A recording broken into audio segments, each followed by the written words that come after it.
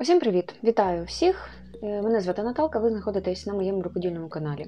Сьогоднішнє відео буде довгоочікуване, я знаю, для багатьох моїх вишивальниць, подружок і підписниць, тому що я сьогодні знімаю відео-відгук на вишивальний станок від компанії Ребеска під назвою Стриж.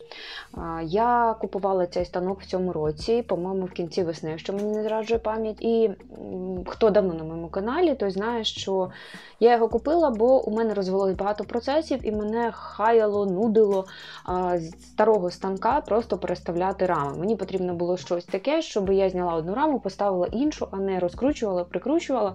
Хоча дівчатка багато хто каже, що це не є для них проблемою, для мене в якийсь момент це стало проблемою. І я вирішила, що маю придбати собі ось цей станочок. Як ви бачите, сенс цього станка в тому заключається, що тут є ось такі якби реєчки, вони тримають раму, і мені це зручно, я можу переставити ось ці реєчки, бачите, тут багато таких дирочок, я можу і вправо-вліво їх переставити, вверх-вниз, в залежності від того, яка в мене рама, чи взагалі в залежності від того, на чому я вишиваю. І один час я не знімала відео це, тому що я чекала великих дерев'яних п'ялиць, ви ж, мабуть, вже бачили їх, я зараз вам показую, ось так вони виглядають, зараз трошки тут темновато. Я чекала ці п'яльця, щоб вам показати, як вони теж тримаються на цьому станку. Ну що, давайте почнемо. Я хочу протестити цей станок і показати вам цей станок в трьох варіантах. П'яльця снапи, рама і п'яльця дерев'яні від Нурги. Рама, це все зрозуміло. Вона ось так ставиться. Регулюються ось ці також реєчки вправо-вліво, можна вишивати. І це, до речі, була для мене проблема, і було питання, тому що коли я купувала, я запитувала у дівчат, у яких цей станок вже був, чи не заважають їм ось ці рейки, коли ти вишиваєш. А потім зрозуміла, що можна, крім усього іншого, ще зробити і отак. Подивіться, де зараз стоїть рама, на оцих таких випуклих частинках. А інколи я раму переставляю, тобто оці частинки вони не ось тут стоять, а з іншого боку. І тоді мені ось ці рейки не заважають зовсім вишивати. І такий вихід я собі знайшла, у мене він безпроблемно використовується в своїй роботі, тому ось такий вам лайфхак, якщо вам потрібно на цьому станку, вам ці рами заважають в положенні, просто змініть положення самої рами на станку і будете задоволені, вони тримаються. Звичайно, якщо ви кожен раз будете його підбивати, то, звичайно, сама рама буде падати. Але загалом тримаються і нормально. Це рама стандарт. Давайте подивимось, як виглядають п'яльця, снапи, кюснапи на цьому станочку. Власне, суть та сама. Ви ставите снапи на станок, на оці реєчки, і вони тримаються. Єдиний тут недолік, якщо вам ось ця рейка заважає вишивати, то ви нікуди не переставите раму, як в минулому варіанті. А так, принцип один і той же, виставляєте, як вам зручно, вишивайте у ваше задоволення. Оці реєчки, вони тут підкручуються такими барашками, вони можуть не ходити, не їздити, і це доволі зручна штука.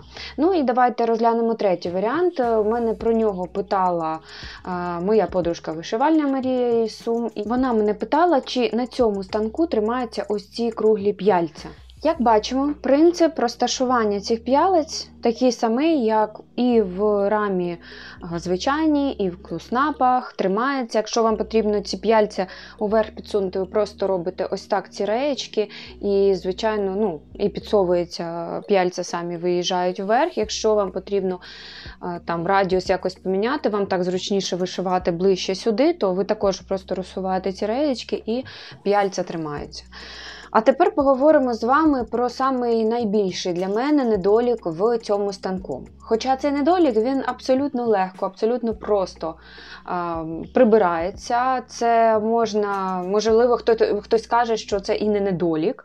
Але для мене, порівняно з минулим моїм станочком від Ребески, на якому просто фіксувалась рама, це недолік суттєвий. Сенс цього недоліку в тому, що ось ця реєчка, вона не тримається.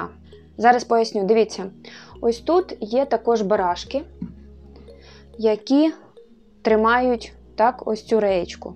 І вони, звичайно, підкручуються, вони фіксуються. Але якщо ви залишили, наприклад, ви повишивали і залишили станок на деякий час, як у мене от буває, я залишаю на день, тобто я зранку, наприклад, повишивала, а потім відставляю просто цей станок і йду собі на роботу. Увечері приходжу, і якщо ця рейка була ось в такому положенні з роботою, з п'яльцями, наприклад. Зараз давайте я вам продемонструю. Ось, наприклад, ось так у мене стояли п'яльця, то як би я не підкручувала барашки, до вечора ця реєчка робить отак.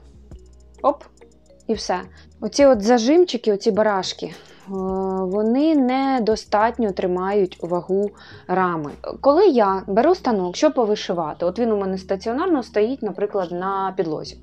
Я беру вишивати, я його беру ось так за раму, і вона тільки хоп і падає. Тобто ось ці ніжки мені потім потрібно знову ж таки відкалібровувати, наставити, налагоджувати станок. Тобто це не так було, як в минулому, що ти як поставив його, наприклад, так і через декілька годин взяв знову, поставив на диван і вишиваєш. Кожного разу, коли я заново беру цей станок, мені потрібно ось ці його положення відкалібровувати під себе. І це мене дуже сильно напрягає.